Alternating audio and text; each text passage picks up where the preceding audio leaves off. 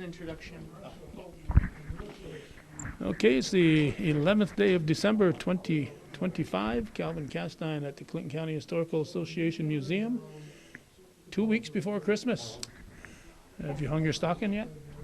I have not. I don't have a fireplace. If I had a fireplace, I would hang it up. We can hang it on the tree. Yeah, there you go. All right, it says Matt Harrison. Yep, Matt Harrison. Lake Champlain Maritime Museum. Absolutely. All righty, so what are you here to talk about tonight? Tonight I'm here to talk about the Champlain Canal specifically and early tourism that happened on the Champlain Canal. So here, or down at the Lake Champlain Maritime Museum, we've recently released a book to celebrate the bicentennial of the Champlain Canal, which opened up in 1823, 2 years ago now, but this is to celebrate that anniversary. And it's an anthology book, so we have chapters about various elements, various parts of the history of the Champlain Canal, and the part I wrote was just about sort of Victorian age tourism on the canal. So 2 women who took trips along the canal for various reasons and wrote really detailed accounts of their trips in the 1890s. So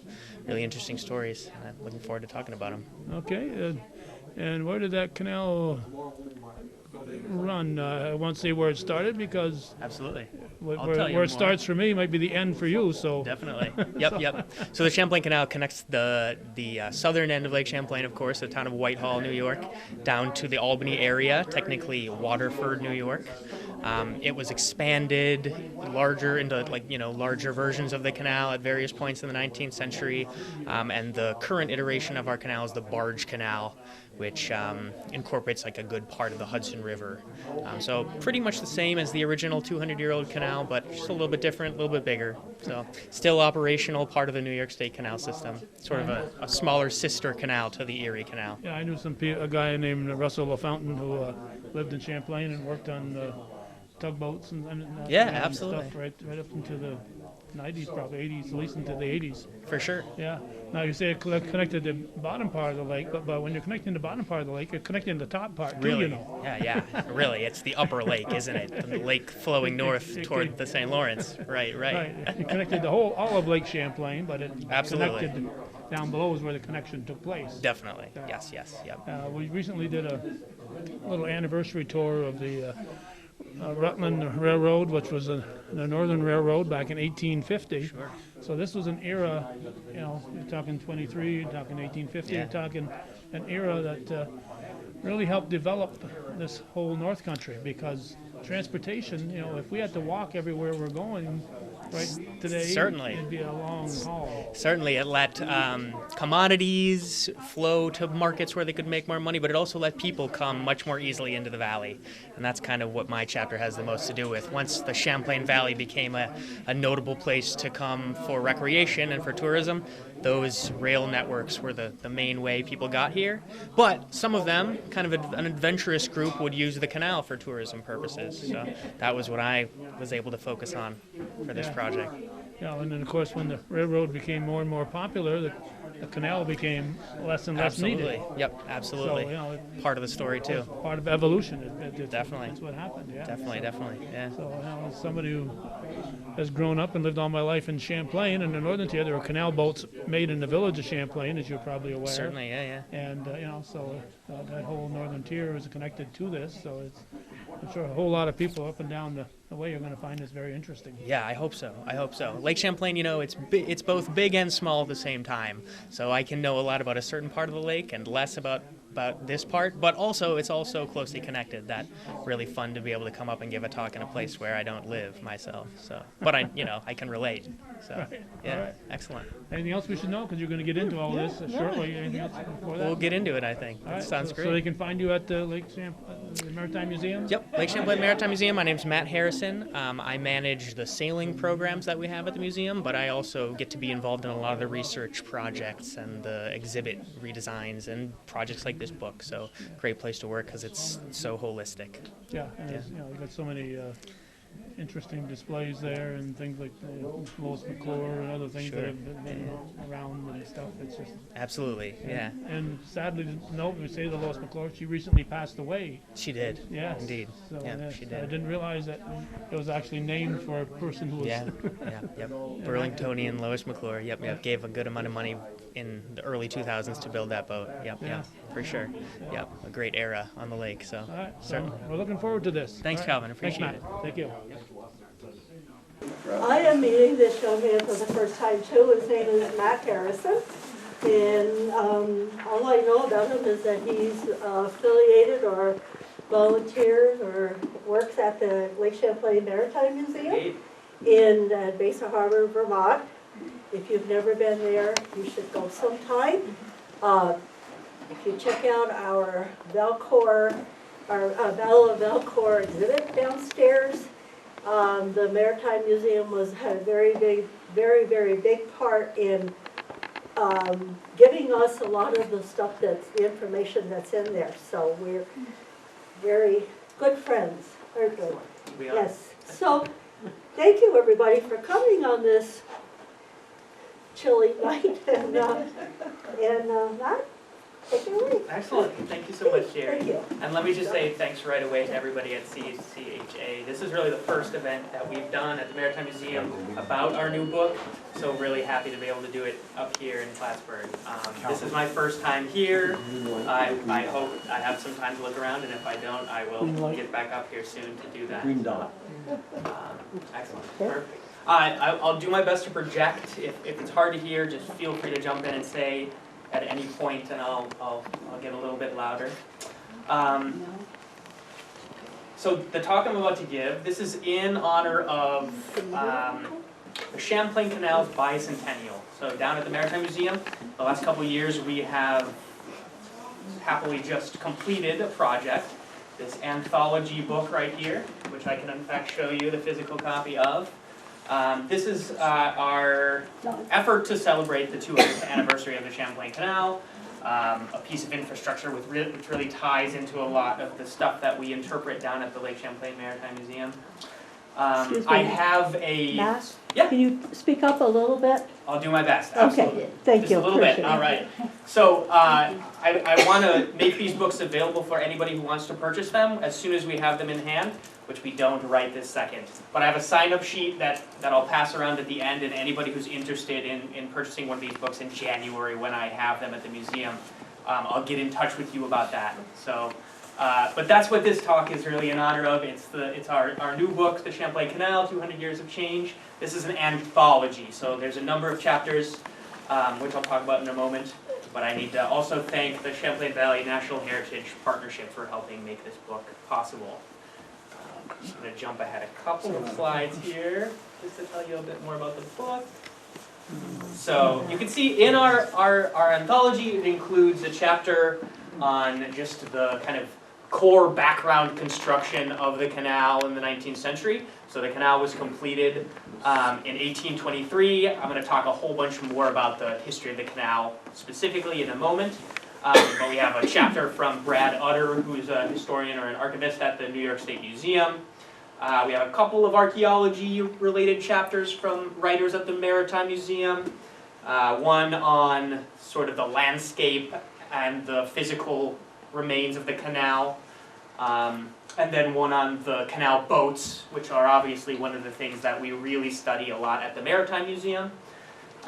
There's a chapter about canal boat families by Scott McLaughlin, who is a historical archaeologist who also directs the Barry Granite Museum over in Vermont.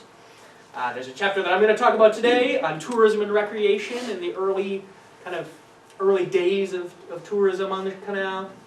And then we also have a chapter that kind of brings it to the present and talks about some environmental issues with the canal in the present.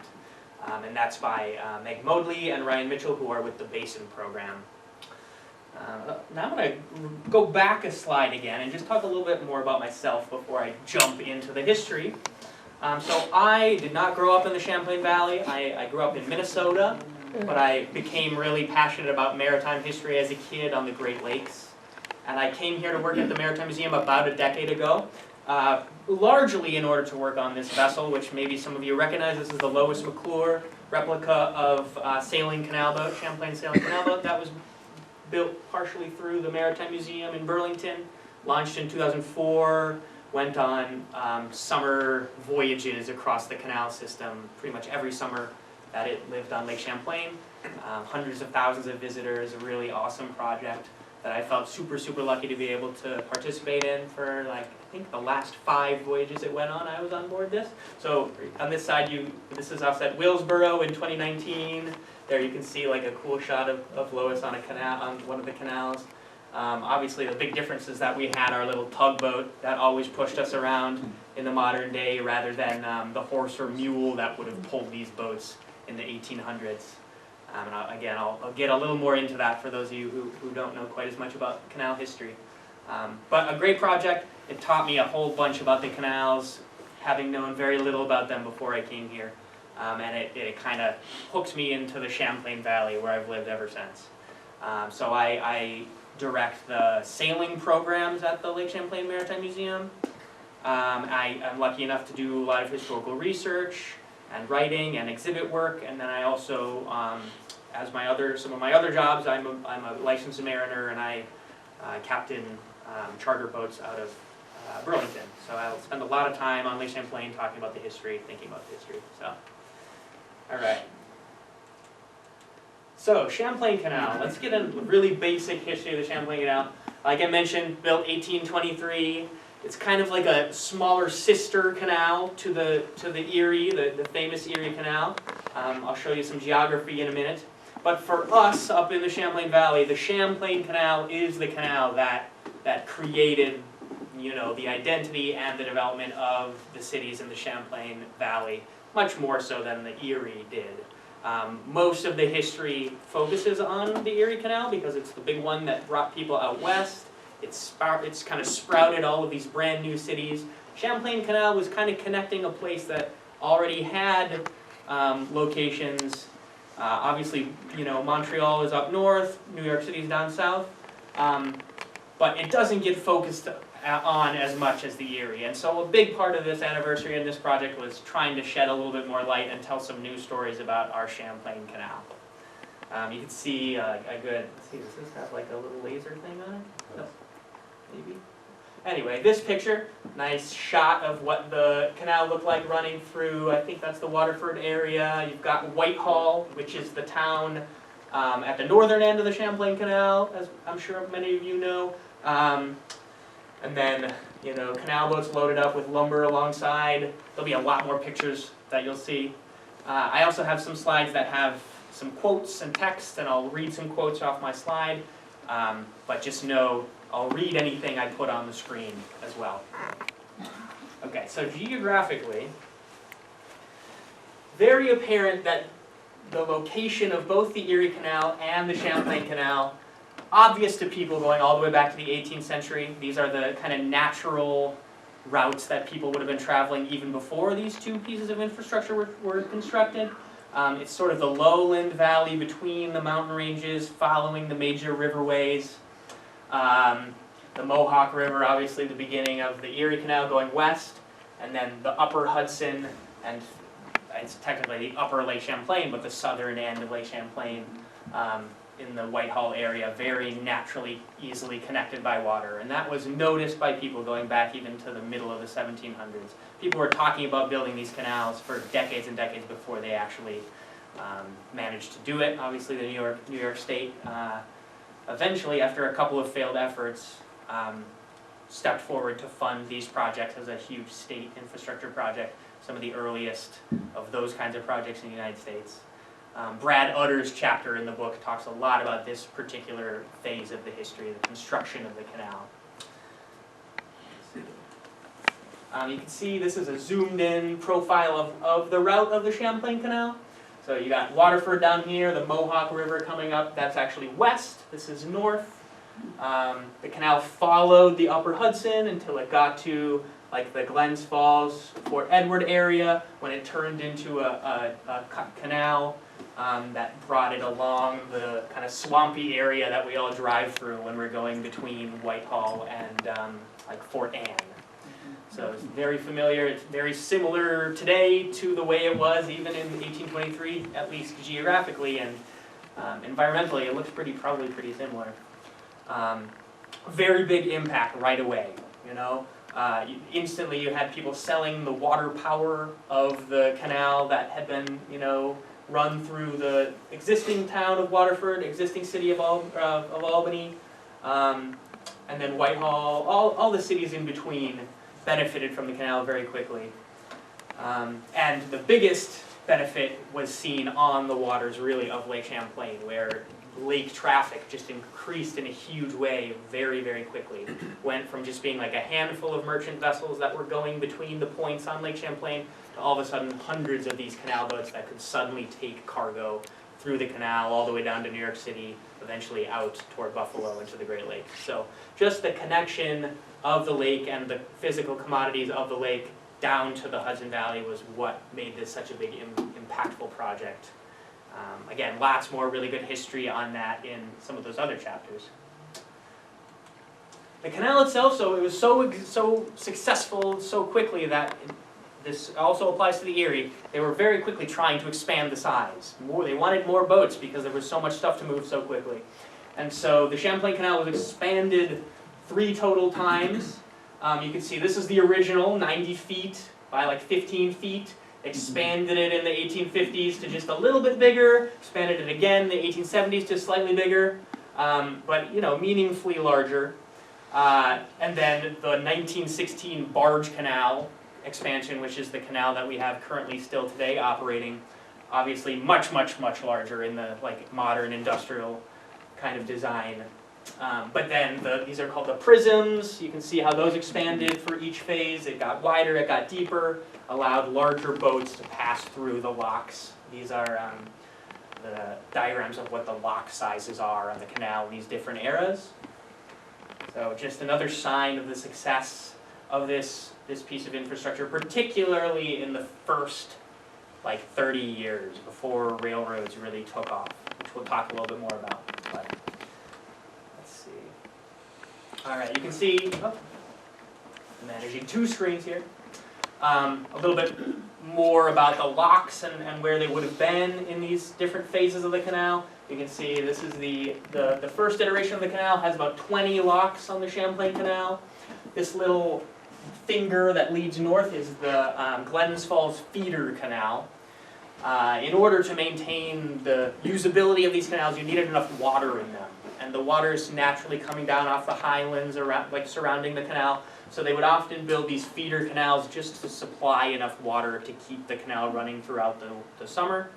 The Glens Falls Feeder Canal is bringing some extra water from an upper part of the Hudson down to the top of the Champlain Canal. It had a whole bunch of locks to get all the way up to Glens Falls. I think it's maybe 15 or so. You can see this is how they illustrate locks on these older canals. It's just little steps. And then this is also, you can see how many locks it required to start the Erie to get up to the upper Mohawk River there. The barge canal, bigger locks, higher lifts, far fewer locks today. There's 12 locks on the current barge canal. And it runs in just a slightly different area because it canalized the section of the Hudson River that the original Champlain Canal didn't incorporate. Excellent. So, what's moving the cargo through these canals? It's our canal boats, which we've already talked about a little bit, but a few more images. This is, of course, the vessel that the Lois McClure was based on. Lois McClure was a replica of an 1860s era canal boat. So that's kind of that middle size of the expansion of the canal. Boats on the canals, they were moved by animal power up until the era of the barge canal. So horses or mules towed these canal boats along the side of the canal on a tow path. You would strap or lash many canal boats together once you got out onto the larger bodies of water like Lake Champlain, where they would be towed along by something with an engine, a steamship, tugboat of some kind. And then you had, in certain locations, including on Lake Champlain, you had a particular hybrid type of canal boat, sailing canal boat. The families that owned this, if they had sailing skills, sailing abilities, they could rig their canal boat up with masts and sails in order to save the towing fee that they'd be paying if they were rafted up on a steamship. And then, of course, we study this history through looking at the many, many shipwrecks from this era that are on the bottom of Lake Champlain. There's, we like to say, between 200 and 300 shipwrecks overall. I think, I counted on the map we have, something like 70 or 80% of those shipwrecks are commercial era canal-related vessels. So, you know, the more boats you have, the more shipwrecks you have, and that just tells you this middle of the 19th century and into the early 20th century was the heyday of commercial activity on Lake Champlain. Okay, so the real topic of my talk today is it's this era, 1860s, 1870s, 1880s, 1890s, but I'm looking at the transition, because as railroads took off by the Civil War, we've got this nice chart over here showing all the railroad lines in the late 19th century. Railroads had, by the end of that century, taken a lot of the traffic, a lot of the freight away from canal boats, and gradually, the numbers and the importance of the canal as a transportation route for cargo decreased. But as that was happening, the Champlain Valley was becoming much more important as a tourist or recreational destination for people. So there's this really interesting phase when there's still a lot of canal boats, there's still a lot of traffic on the canals. You don't yet have the barge canal in the 1880s and 1890s, but you do have a lot of people that want to kind of experience the canals. They want to learn about and take the canals for recreational or touristic purposes up to Lake Champlain. So I'm going to talk today about two particular cases, really interesting stories of women who took long trips on the canal, recorded in detail a lot of their experiences. I'm going to talk a little bit about that. But the Champlain Valley has had a touristic appeal going way back. You know, it's a site of important Revolutionary War, War of 1812 events that were big in people's imaginations in the Hudson River in New York and the surrounding, you know, states in the surrounding region. People were aware of Fort Ticonderoga as a really important historical site. This sketch right here is by one of the women I'm going to talk about, Augusta Brown. Many of the travelers in this era recorded things just like we do today. Augusta Brown was an artist, a sketcher and painter, and she left a lot of images in her logbook of her trip. This is her sketch of Fort Ticonderoga in 1895. There's like even the beginnings of archaeology, nautical archaeology on the bottom of the lake. People are pulling up the remains of shipwrecks from the Revolutionary War that can be easily seen. So a lot of historical interest in Lake Champlain going back into the 1800s. This was bringing people up. But what was also happening in the 1880s and 1890s is that Lake Champlain and the Adirondacks and just the North Country, especially for New Yorkers from the Hudson Valley and the city, was becoming a place to go out into the wild, as I'm sure you know. You know, the Adirondacks were being protected for their environmental value. Boats and canoeing and water recreation, sailing were starting to become really popular. All these things came to Lake Champlain right around this time as well. These two characters you may have heard of. This guy here, his nickname is Adirondack Murray, H.H. Murray. He wrote a book called Adventures in the Adirondacks in 1866, and he sometimes gets credit for popularizing camping, especially camping in the Adirondacks. He lived in the Champlain Valley for most of his life, traveling up and down between the Hudson, I think, but very associated with the Adirondacks and Lake Champlain. And then this is S.R. Stoddard, who is also a big, important kind of booster of tourism in this era.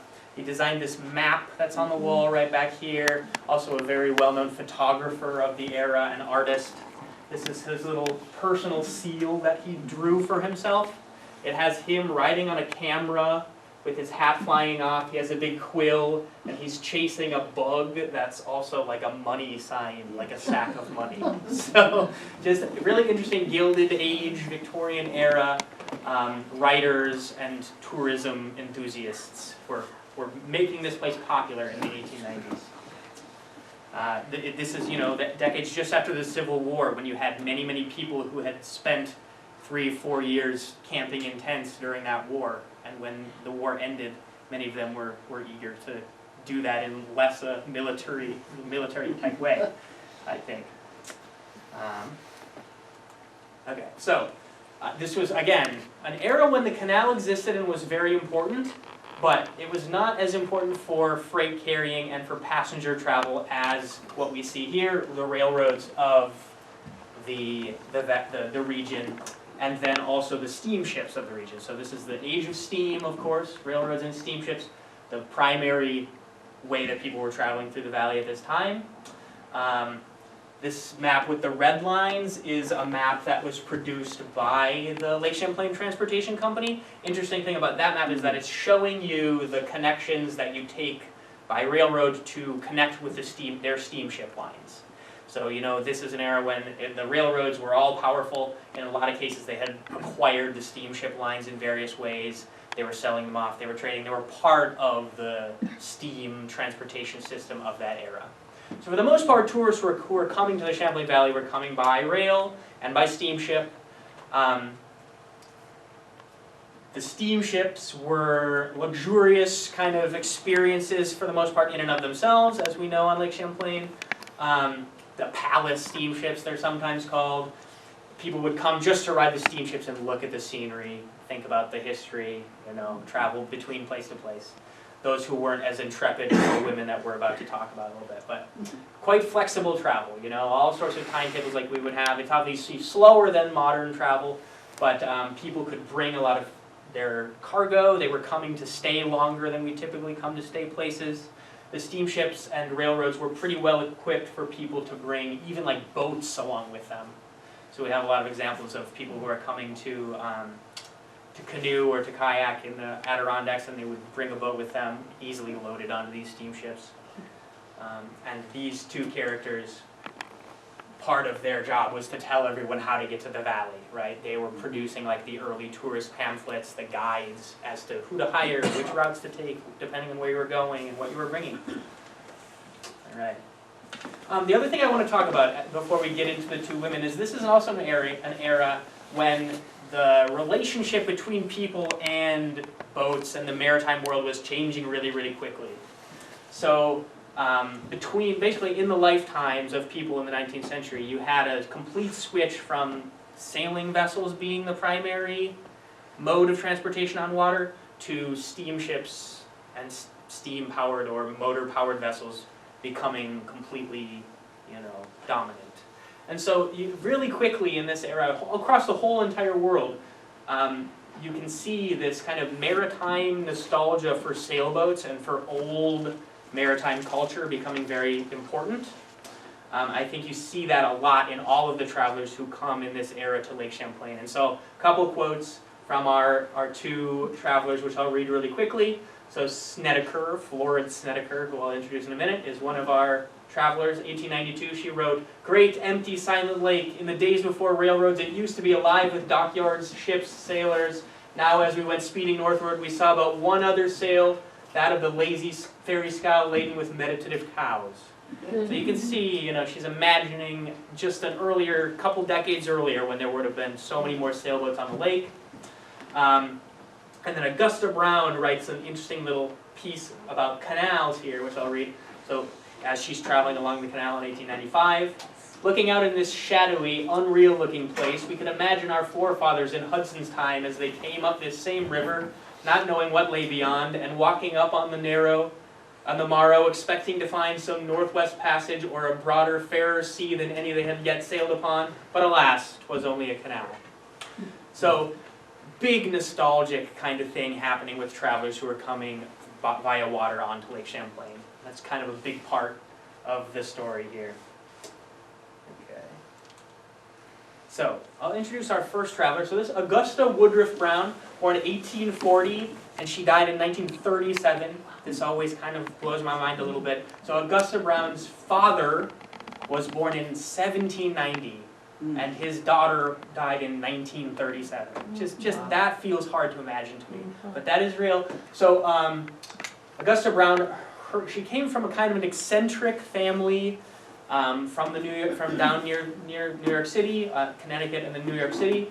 Her father was eventually quite a famous dentist, And in the 1830s, he wrote a very long poem about dentistry, and it was called The Poet Laureate of Dentistry. It was quite well known for a while, but they never had a lot of money. They kind of traveled around New York State, moving between places.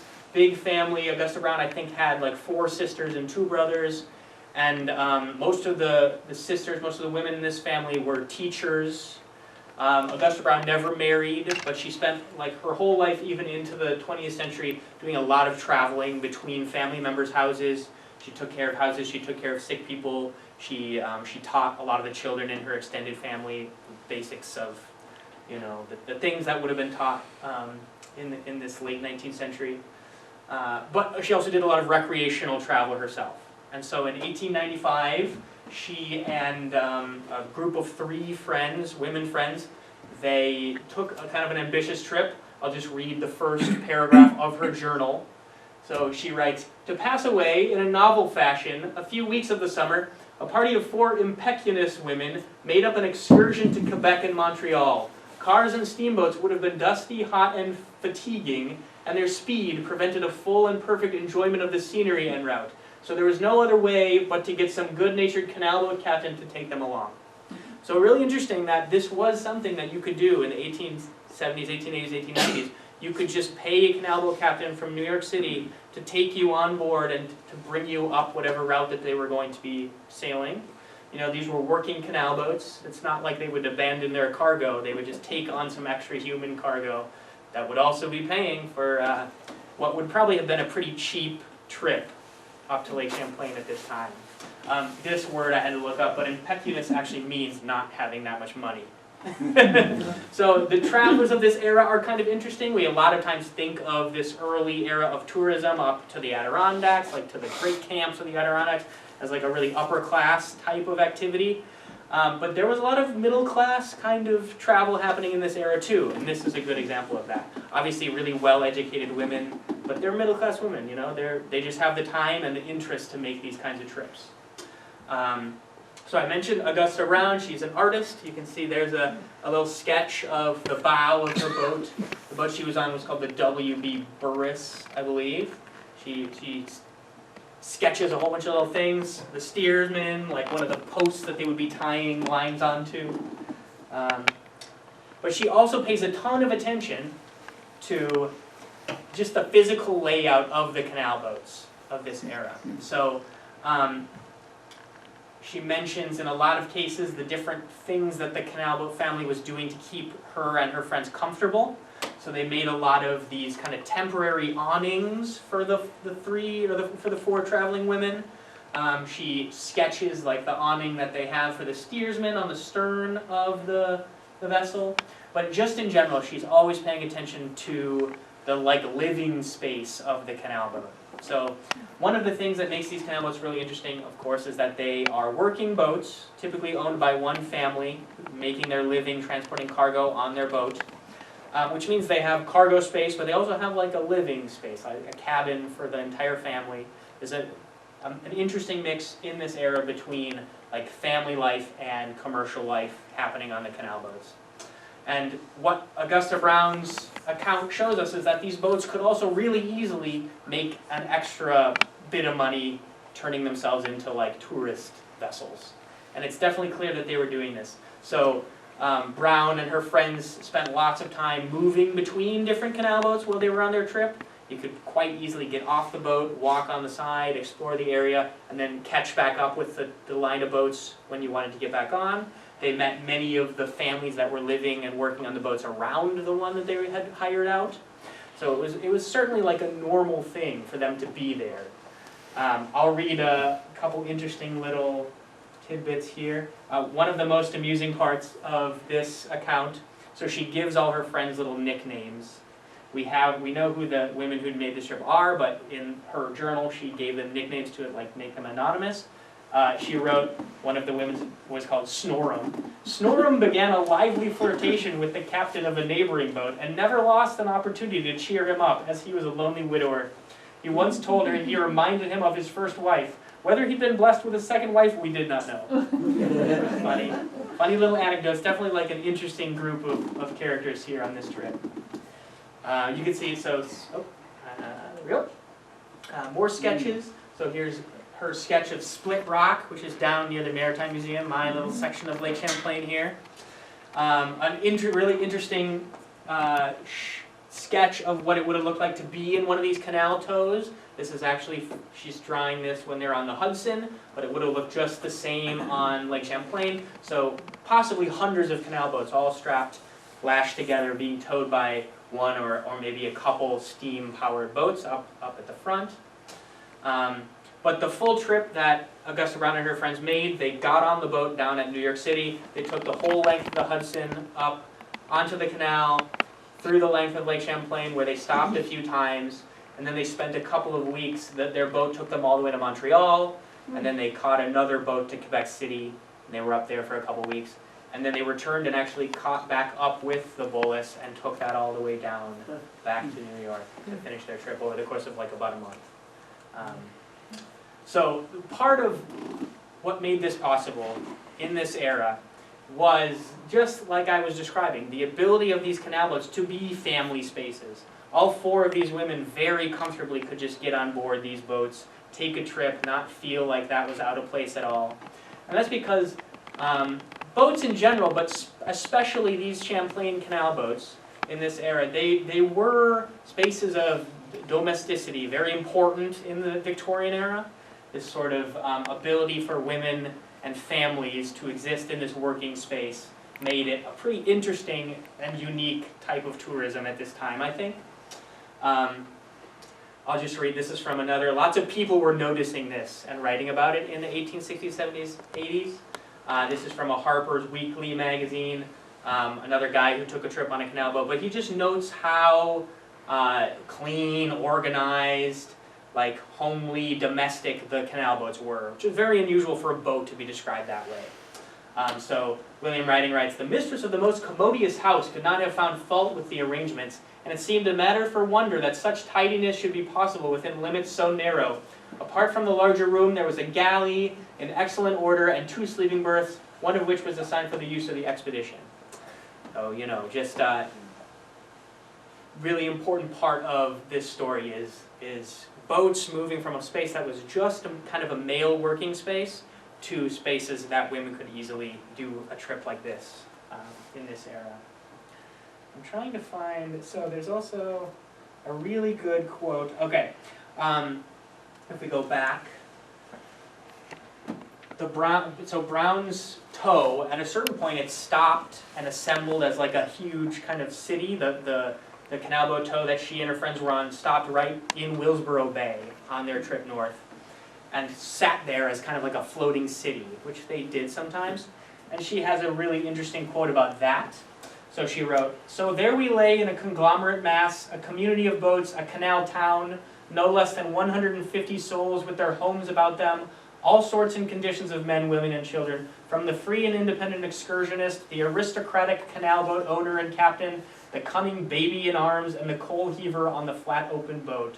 So this is being romanticized quite a lot, that these families can live this kind of like transient, like adventurous lifestyle. And this was also part of the tourism in and of itself, that you could get on board and see this very different lifestyle still happening on the waterways, I think. All right. So the second person I want us to think about, different kind of trip, but Jane Florence Waters Snedeker, she goes usually by Florence Snedeker, born around 1857, and then she unfortunately dies in 1893, which I'll talk about later. But she and her family, so in 1891, they take a trip up the canal on their personal canoe. And this was something that was becoming very popular. She's also an artist, and she brought a camera with her, so she took a lot of photographs. She wrote a book about this particular trip. She also borrowed images from our guy, Stoddard. Yes. Okay, so the destination that she and her family had on this canoe voyage that they made was American Canoe Association, what they called an encampment. So they had, the American Canoe Association was founded in the 1880s on Lake George during this really big growth of interest in canoeing, a certain kind of canoeing. This is an international organization between like a big group of Canadians who had long been doing a lot of stuff with canoes, and people living in New York City, kind of the tourist set of the Hudson Valley, who were just kind of discovering canoes in a certain way. They made this international organization, and for the first couple decades they typically had these summer encampment meetings, first on Lake George, but then for 4 or 5 years they held these on Lake Champlain. So you had hundreds of people coming from the whole country and from Canada making their way to Lake Champlain to attend these like month-long encampments. Stoddard's map over there, if you look very closely, it marks a number of the locations of the ACA camps. So you can see in 1891 and 1892 the ACA encampment was out at the very end of Willsboro Bay. So the Snedeker family was making their way to that encampment in 1891. And they, let's see, the next slide, they traveled, yep, Willsboro Point. They traveled by water as much as they could, and they used the canal in a really interesting way. You can see that the Snedeker's canoe actually, in a lot of cases, just strapped itself to traveling canal boats as they were moving up and down the canal. Or they would hire an animal, just like a canal boat would, to tow them up along the canal. So super flexible, but they made this entire trip by water. Slightly different route than you might imagine. These are both photographs taken by Florence Snedeker, included in her book. So once they reached the canal, what they did was they took that feeder canal I mentioned up to Glens Falls, and then they hired someone with a cart to carry their boat over to Lake George, and they made part of their trip up along Lake George. Lake George was like a major canoeing destination, so they probably attended some other little smaller events on Lake George as they were heading up to Lake Champlain. So really easy, flexible routes that could be taken.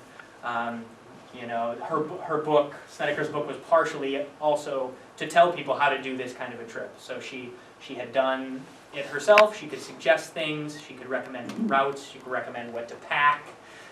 She did it with her husband and a 10-year-old son. So 3 members of her family. Hundreds and hundreds of these canoes would have been attending this event. And they're called canoes, but they wouldn't look necessarily exactly like we imagine canoes today.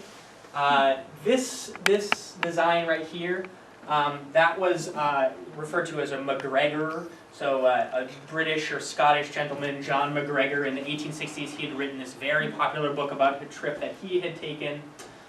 He designed his own boat that was based on like Inuit or Inupiat kayaks he'd seen. And he built his own kind of hybrid canoe, wrote a book about it, and it sort of took off as a really popular thing to be doing in the following decades. And that's largely the type of canoe that we would have been seeing at these events. You can see they're rigged in all sorts of different ways for sailing, for paddling. They're kind of big, heavy cargo-carrying canoes in a certain way. But from here on, you had like a branching out of different boat designs that received different names. But in this era, the word canoe is just referring to a huge number of different kinds of vessels, like the one that the Snedekers brought up to the lake. And so Lake Champlain, tying into this, so I'll just say at these events they held a lot of like little sailboat races, kind of like flotillas where everyone would just go out, paddle out into the lake and hang out together. They had a very large, elaborate camp centered near a hotel that doesn't exist anymore, but existed at the time on Willsboro Point.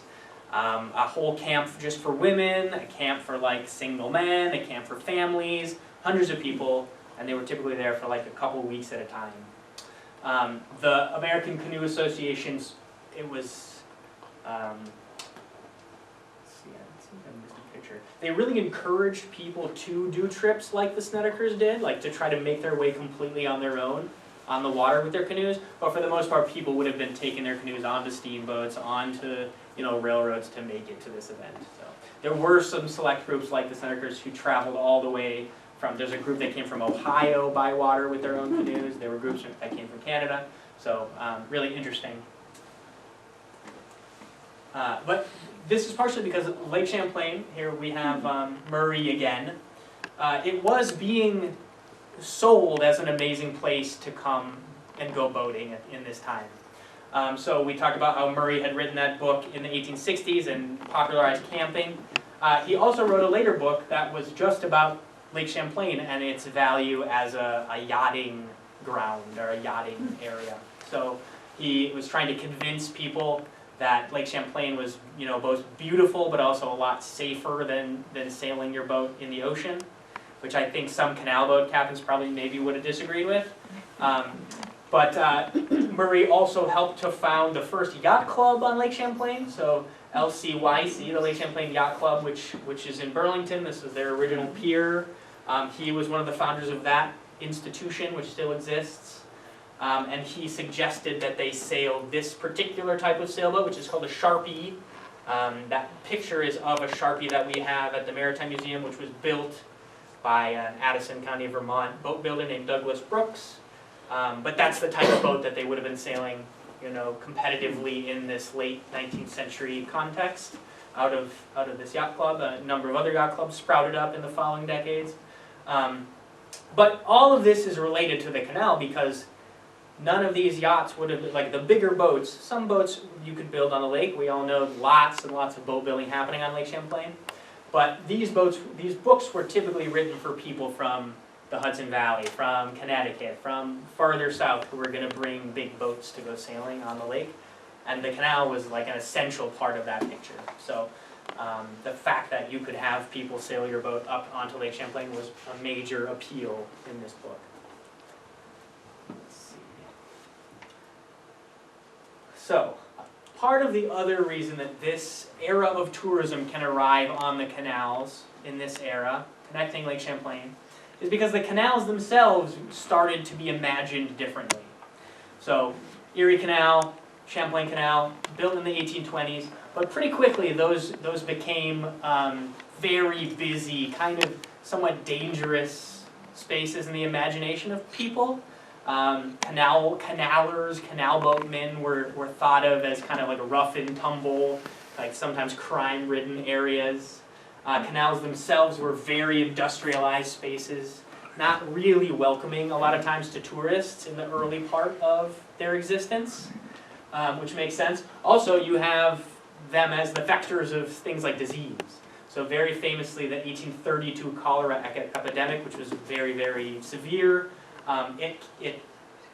cholera arrived in Quebec City and Montreal in 1832, but then it made its way south to New York City along the canal, along Lake Champlain. So, you know, across the world where there were canals, they were often associated with danger, with disease, with pollution. Boats that operated on these canals would just throw all their refuse, including, you know, like your chamber pot. That all just went into the water. So these wouldn't have been, for a lot of their time, their existence, like very clean, nice-seeming waterways. But by the Victorian era, by the 1880s, 1890s, that was starting to change a little bit. A really interesting quote from Florence Snedeker in her book. So she writes, she literally addresses this issue. She writes, "Most people think a canal is a line of black ooze which crawls at the rear of factories and past the dooryards of scurvy cabins, their refuse on its bank and their reek in its water. But he who wanders with it knows that a canal is a stream curving to the heart of meadow and wood, that the towpath is a grassy fringe, the heel path a tangle of clematis, aster, goldenrod, and the white bridges and the clouds and the trees above him look again from beneath him, so that he floats between, their wares making falling music, that now he is borne across a brook, now high over a current of a river." So obviously this is like sweeping 19th century language. But you know, she's kind of maybe surprised that the Champlain Canal is actually a really pleasant pastoral area, kind of contrary to a lot of people's imagination. And the canal in the imagination of people in the late 19th century was having a bit of a revival. You know, you have a lot of discussion in terms of expanding the Champlain and Erie Canal in this era, just as like a symbolic New York thing. A lot of patriotism about the state of New York involved in the expansion of those canals. But you also have the Panama Canal project starting to be discussed. You have things like the Suez Canal, big, huge international canals, which are kind of making the thought of a canal more exciting to people. I think that factors into a trip on the Champlain Canal as well. It's also possible that the Champlain Canal is kind of exceptionally pastoral compared to other canals. So something that makes it kind of special. Nice picture of a group of women traveling on a canal boat right there. Yes, okay. So this is a little bit, unfortunately, like a bit of a sad slide. But this picture is from Snedeker's book. And in this picture, during one of the regattas that they held at the American Canoe Association meeting, they actually had a sculptor who made this giant floating champ structure that they brought out during one of the events. And this always just kind of blows my mind because the traditions that we still have today on Lake Champlain very much present in the 1890s already, right? So I just wanted to make sure to include that. Unfortunately, so Snedeker, just a year after she published her book, she actually tragically passed away in childbirth, unfortunately. And you know, so whereas Augusta Brown lived until 1837, they were from Poughkeepsie. This is her obituary, in which the people of Poughkeepsie are mourning Snedeker as like a great writer who just died before she should have, of course. So, I don't know a lot more about her. I don't even know exactly like where she was born. We found a really great entire journal about Augusta Brown's life, but I have not succeeded in finding it quite as much about Snedeker, and it's probably partially just because she passed away so young, unfortunately. So, let's talk a little bit about the 20th century. Again, I really wanted to focus on that really interesting 1890s first era of tourism, but of course very quickly you have a transition away from canal boats. So as soon as the barge canal was finished in 1906, in the 1910s, it's not really viable for that type of family canal boat to operate on the Champlain Canal anymore. So that little window that we saw with Augusta Brown and Florence Snedeker really only lasts a couple decades. You really quickly get a transition into motor vessels that are much more familiar to us today. I absolutely wanted to include the Lazier history because that's Plattsburgh for you right here. One of the earliest gas-powered marine engines was, of course, being built here for a short amount of time. I believe, I haven't been over here recently, but they took this building down, is that correct? Oh, yep. So I had no idea the history. I did a running race along here once, but I didn't know the significance at all until I started doing this research. So the company moved to Lake Champlain to build these marine engines right at the beginning. I think it was like 1898, 1899.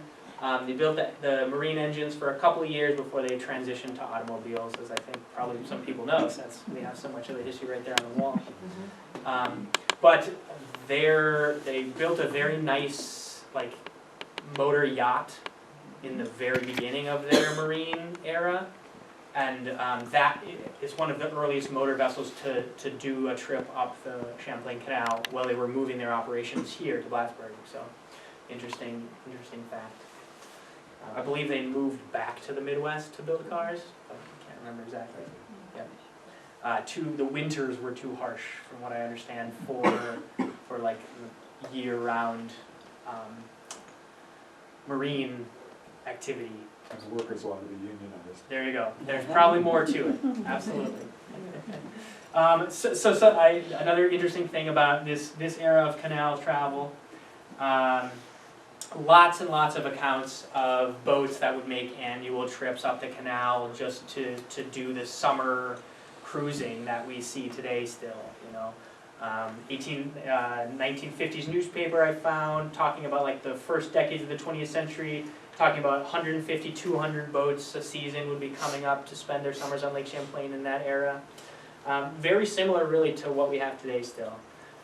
Probably today a lot more Canadian boats actually spending a lot of their summers, as you guys probably know here. But also pretty quickly giving rise to Lake Champlain as part of the Great Loop, which is of course like the regional maritime circle that you can make with a yacht or a motorboat. The Champlain Canal typically in the summer will have just about those same numbers even today. passing through it. Let's see. And activity like the Snedeker's trip also still happening on the Champlain Canal. So this is the Glens Falls Feeder Alliance, which is a group that makes sure to care for and restore that feeder canal. They hold, I think every year, a paddle or two, possibly even a race. And this is one of the pictures they provided for that. So really like a lot, the 20th century, reflections of what we were seeing in the 1890s still today. And largely that's because the Champlain Canal still is a viable waterway being maintained by the state. So yeah, very cool. Let's see. So yeah, I just want to remind anybody we have a chapter on more of this history, but history in a lot of different directions about the Champlain Canal that I hope provides something for people if you do get your hands on one of these books. How am I doing on time? Pretty good. Happy to have any questions for a little while here. Anybody has thoughts? Yeah. Was there ever a canal, or maybe there is, between Lake Georgia and Lake Champlain? Not a canal. There's like a natural waterway Yeah. that was made kind of accessible for smaller vessels to get up and down. Definitely like in the colonial era, and a lot of hauling of boats up that But no little lock? creek. No, I don't believe so. I'm not sure if there are ever discussions of it either. Not that I've seen. Because I wondered before why the Champlain Canal took that route instead of going through Lake George. Sure. Yeah, it's a good question. I'm wondering if it's actually just the span between. I think there's quite a bit of drop. It's actually maybe this connection rather than the northern one that made it harder. Mm. That's a good question though, yeah.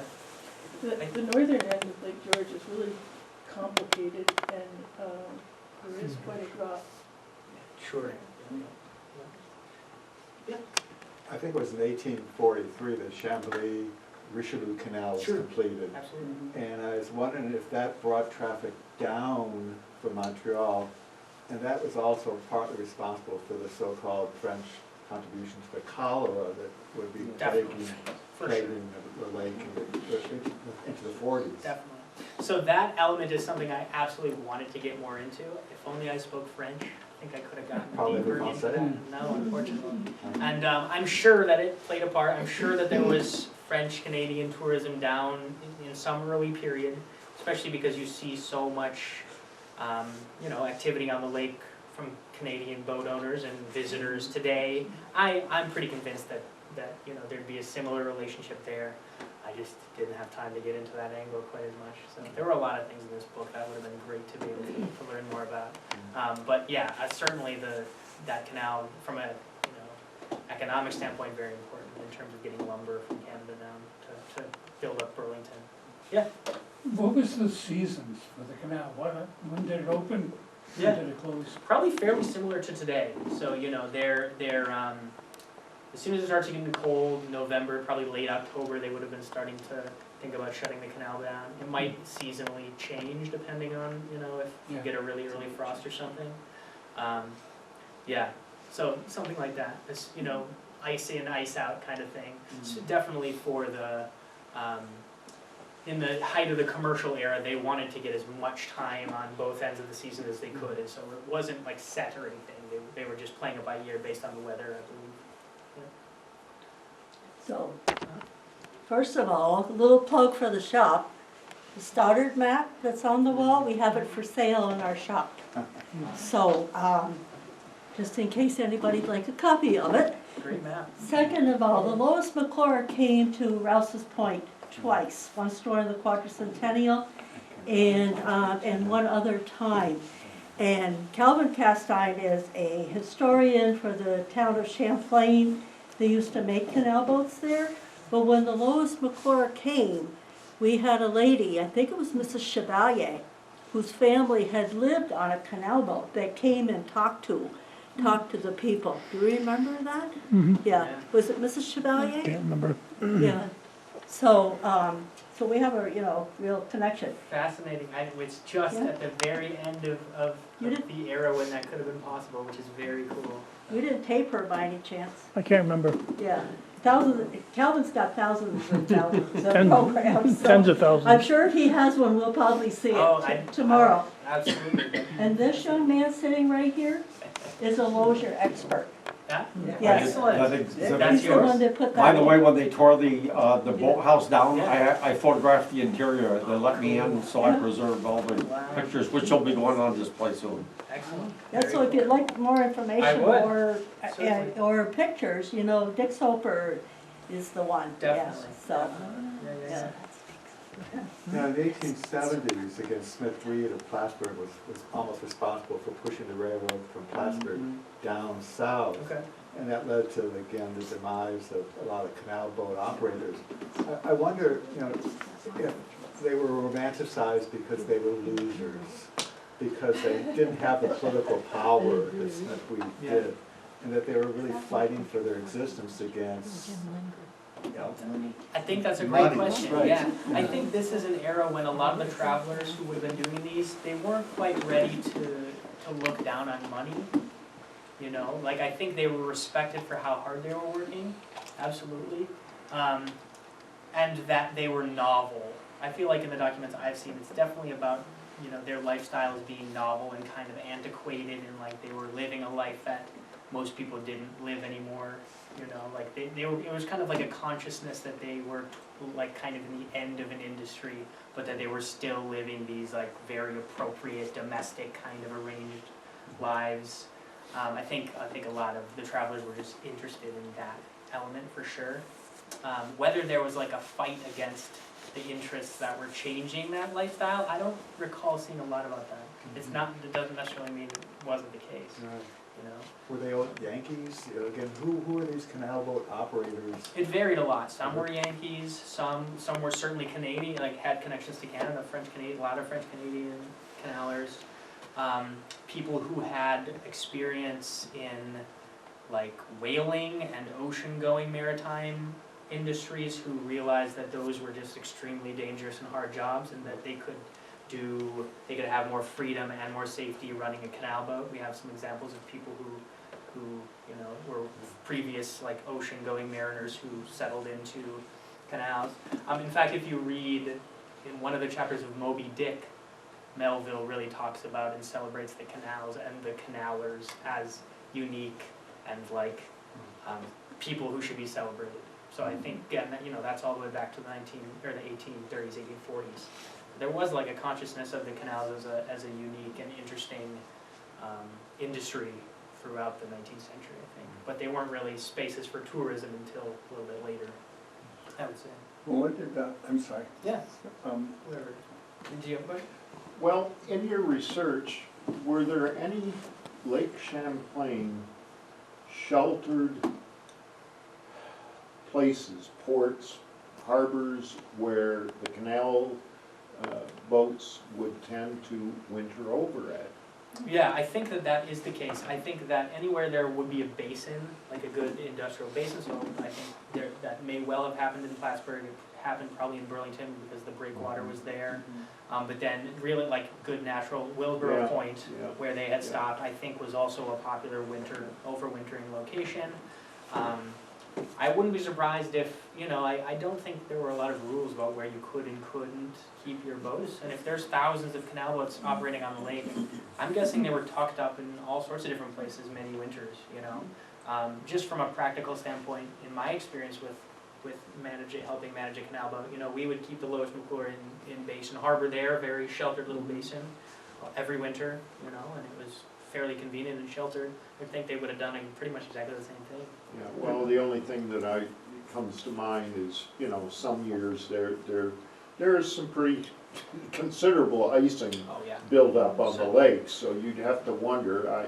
I would think that those canal boats were pretty strongly built, given what they were, the trade that they were involved with. Definitely true, definitely true. The thing about them, you know, they pushed them pretty hard. So if they were built strongly at the beginning, after 20 years, if they weren't repaired perfectly, you know, it was a...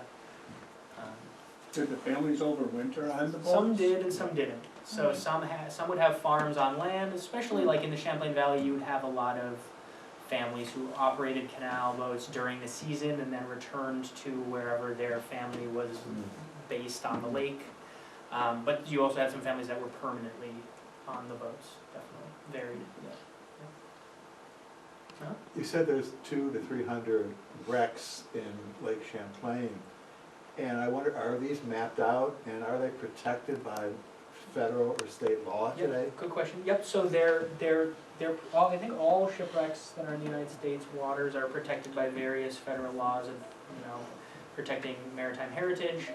A select number of more accessible wrecks on Lake Champlain are part of the Lake Champlain Dive Preserve system, which are marked with buoys so that divers can go and look at them safely without, you know, threatening the integrity of the wrecks.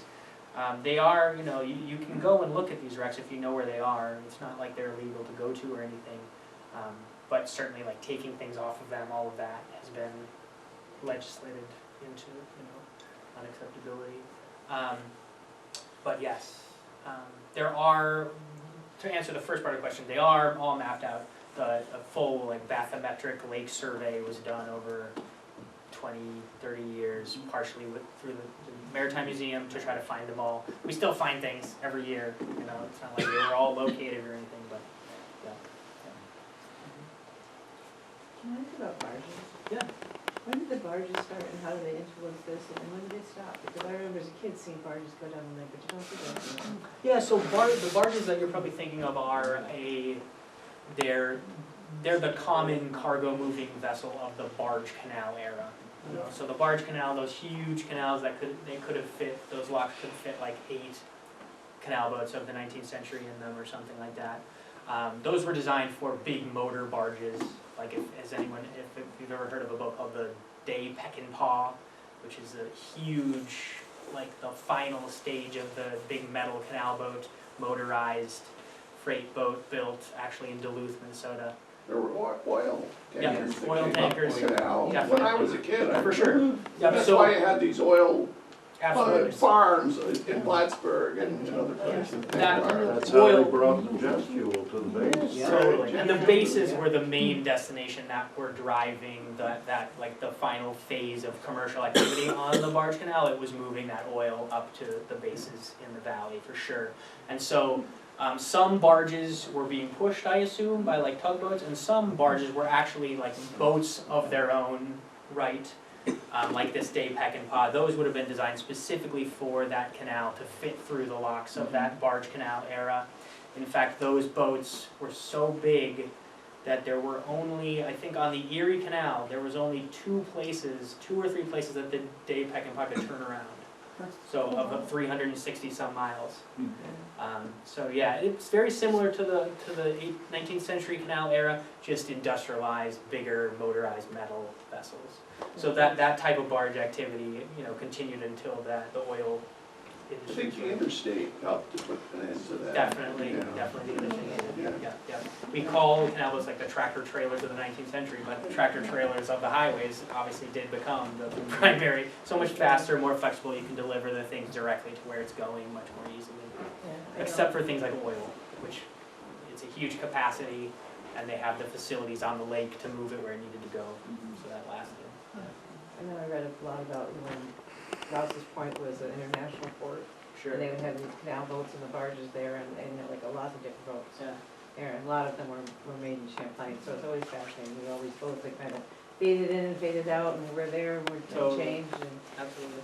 That was another part that I imagined we would write about in this book, is like the 20th century commercial activity on the canal. I would have loved to learn more about this, but the way that my research went, my like expertise is the era that I talked about, the late 19th century. So I just naturally went that direction instead. Yeah.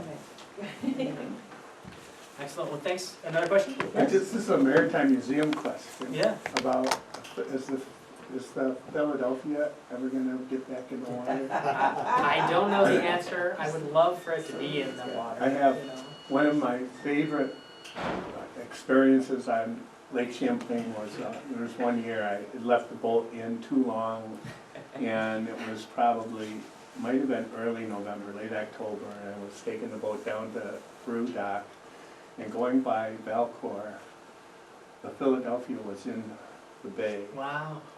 There wasn't any other boat on the lake. It was a beautiful fall day, the colors were just gorgeous, and the Philadelphia was just anchored there. And it just looked just right out of the 18th century. Quite And a I sight. pulled in and I just slowly puttered around and waited.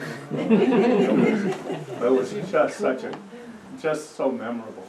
You know, I'm certainly a maritime museum guy who loves the actual boats and the using the boats part of the maritime experience as much as I like the museum side. And I think they work really well together. So, but you know, I also very much know the difficulty of maintaining old wooden boats and keeping them floating. So I actually found the Philadelphia on the final time it sank. And I got to deal with that on a cold winter day. So, yeah, it's always better to see something in the actual, like, you know, the way that it was supposed to be used, though. I totally understand that. One of the most important things for maritime museums today is to get kids involved.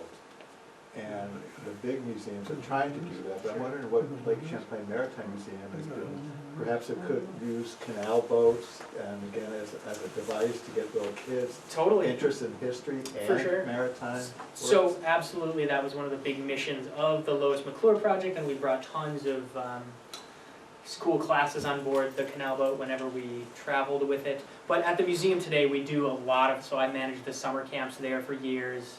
Hundreds and hundreds of kids involved in our summer camps, many of which are history related.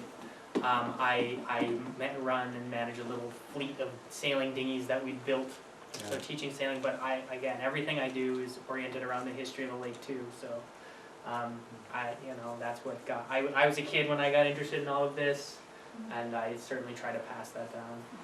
Absolutely, yeah. Yeah, it's a scale thing for maritime museums. You know, the mission of operating a fully sized, historic type vessel is just a problem that is very difficult to overcome. Certainly, sometimes. So, yeah. Last question, perhaps. Then I'll let everybody go. Don't forget to sign up for Yes. books. Right here, just feel free to put your name, put an email address and a phone number, and I can get in touch with anybody who's on here as soon as the books are available. So, and you can see what they look like right here. Also, some brochures about the Maritime Museum that you're welcome to help yourself to. Thanks so much for coming, everybody.